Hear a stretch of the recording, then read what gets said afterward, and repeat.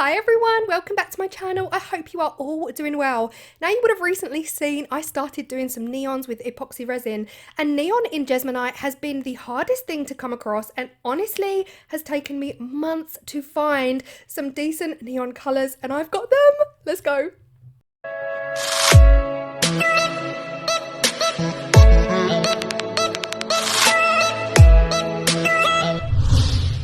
And here they are. This is the best kit I've managed to get my hands on. And honestly, trust me guys, I have scoured the internet. That's not going to break the bank. This is the whole neon kit by Resin Pro. So this is not sponsored. I bought them myself. I actually saw these on the Instagram page of Resin Pro and they look amazing because Resin Pro are now doing their very own eco resin system. Very similar to Jesmonite, and I saw them use these and I was like, I need to try them. So I actually messaged them and asked them if they were mica powders or just powders, and they're just powders, not mica. So yeah, really interesting to try. I've got these two coaster molds, haven't used these for a solid since I started resin 3 years ago. And I've also got my silicone cups, I've got my stirring tools. And for the first two coasters that we are going to make, I've actually got my little squeezy bottle. This has seen, this has seen better days. I wash it out in between each and every colour that you see in today's video. Now these bottles come with a teeny tiny opening at the top, which is perfect when it's my mica powders. But for these, I need a bit more than that. I haven't got the patience, so I actually took all of the caps off so that I could shake out a substantial amount of powder. Here's the thing, it does take a lot of powder, so you wouldn't need this much if you were using maybe mica powder in epoxy resin, but for Jesmonite, I feel like you do need quite a lot of this powder to colour and get the right level of neon. And there's neon and then there's neon. I still feel like I could have put more in, but yeah, I didn't use too much. Again, one of these bottles I know is going to last me a very long time, so it's not like I'm using half a bottle here. I'm not at all. I would say 1/20th of the bottle was used doing this. So yeah, once I was happy with my shade of yellow, I just poured it in to my squeezy bottle and I got to piping. So this is really sped up because it took me an age to do this. It took me forever. I went so slowly. So of course I have sped it up. The first two, we have got planned precision, really thought out plan. There you go. I've said plan twice. I wanted to create a dotting kind of pattern with four of the colors from the kit. I didn't use all of them. That would have been fun. Honestly, I didn't have the time or the patience to wash the bottle in between each and every colour. So we're sticking to 4 colours. And the trick is not to squeeze the bottle too hard. So I'm going in with my big fat dots first, and then I'm coming in a lot softer and gentler to get those smaller dots in the gap. You run the risk of them kind of mixing and bleeding into each other. And I do believe it does happen. I have got 2 dots that do end up touching.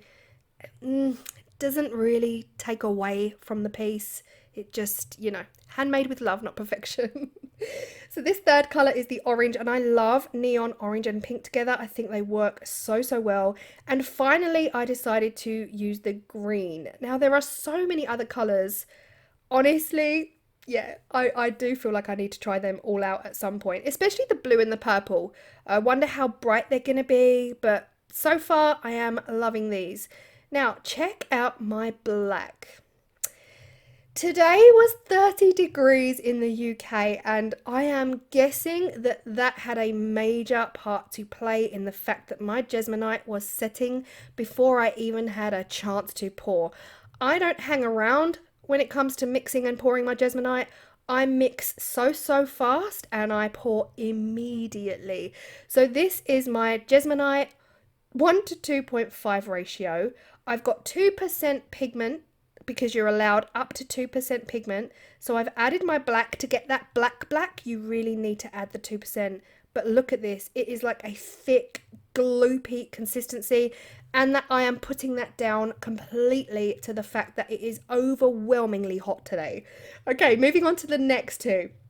So the next two, I decided to be more myself. You know, this is going to be messy. We have got some polyurethane sheet down on the table. You're going to need this. I'm going in with my orange and pink because I think that's my favorite combo so far. And this is more Claire. This is more like chaos, mess, random, just go for it. No rules. This is way more up my street, to be honest. Way more up my street. We're going for the splash technique, the throw it on, hope for the best technique. Just, yeah, splash it everywhere and don't care about it. So what I'm going to do here is what I've done with the others. I made too much Jesmonite for each colour. So I've managed to create some terrazzo chips. So I'm just showing you here what I'm doing with the leftovers from my pot. I'm actually pouring it onto the polyurethane sheet, and that's going to enable me to have a zero waste. I say zero.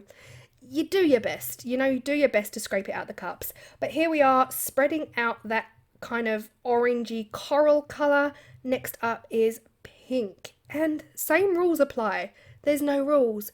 Go crazy, whack it around, throw it around, shove it everywhere, and just enjoy the freedom that this splash technique gives, because honestly, this is my favourite technique.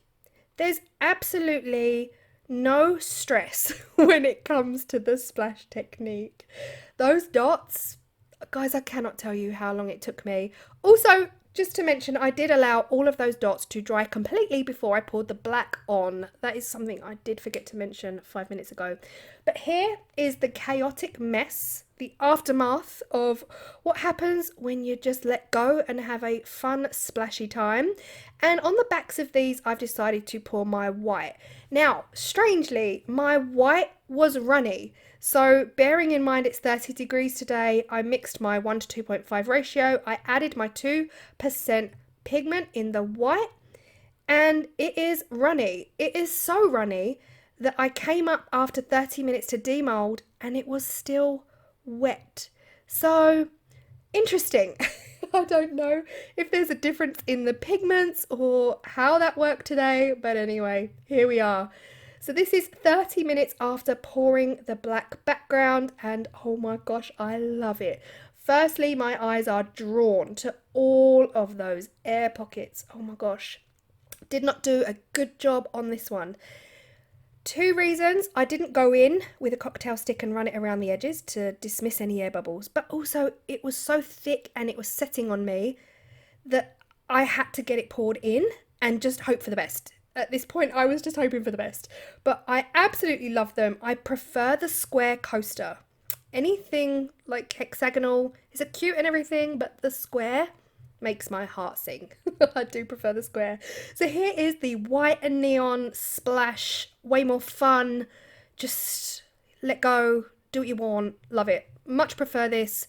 Much more my aesthetic and much more my cup of tea. But let me know in the comment section which ones you prefer, whether you prefer the organised, structured dots as you see on the right. Ignore all the air holes, or we can fix them after. Or if you just prefer the free flow, go with the flow, do what you want, splashing, because this fills me with summer joy right now. I'm just flaking off all of the edges just to neaten them up a bit, but this square coaster is beautiful. I got a lot less, in fact hardly any air pockets on the white. Because the white was so runny, it had time to kind of settle in and disperse all of the air bubbles. So I really got a good finish on the white, even though I shook them pretty much the same as the black, because the black was so thick and stodgy and it was setting on me before I had a chance to pour it. That is where all of the air bubbles appeared. Now, I have talked about this in the past, about fixing surface air bubbles. You can fix it, and the beauty about this is because I've used black and white, they're going to be so much easier to fix because I've used black and white. You know, if you have a custom background colour, they're a lot harder to fix up. But I am loving this neon pink, orange and white.